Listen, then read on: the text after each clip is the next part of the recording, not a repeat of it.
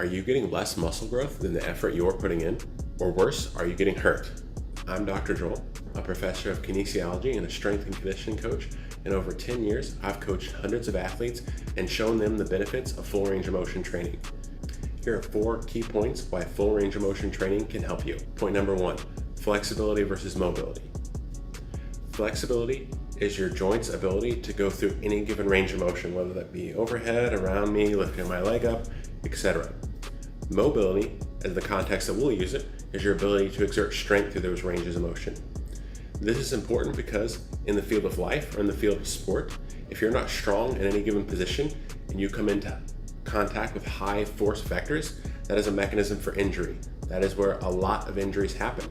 If you are strong in a 45-degree position, but you go to make a play on a soccer ball and you're squatting down to 90 and you get hit there, that high force vector in a new position could very likely hurt you. If you never train through full range of motion in various positions, you're not going to experience the strength and resiliency in those positions to keep you safe on and off the court or field. Point 2, stretch-mediated hypertrophy.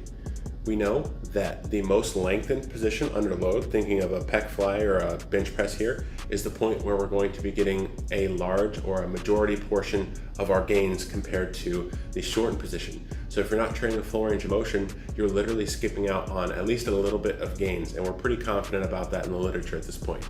Your training should be full range of motion and even emphasize that stretch position. Point number 3, full range of motion training allows you to use lighter loads, which is going to decrease your acute risk of injury while still keeping the stimulus to the target muscle very high. So you get more gains for less injury risk. Point number 4 circles back to flexibility and mobility. One of the things that actually occurs when you gradually work through full range of motion training is you're actually going to get more flexible and more mobile. So if you have tightness or limitations in your movement patterns, gradually working through full range of motion training, which is a form of PNF stretching, can actually increase that flexibility that you're looking for. In conclusion, if your training skips full range of motion and the most stretched position, you're actively missing out on mobility, resiliency, and better gains. Here's how you can implement this in your own training. Reduce the load because you don't want to hurt yourself because you are technically going to be doing something new. Gradually increase your range of motion until you get to the desired range of motion.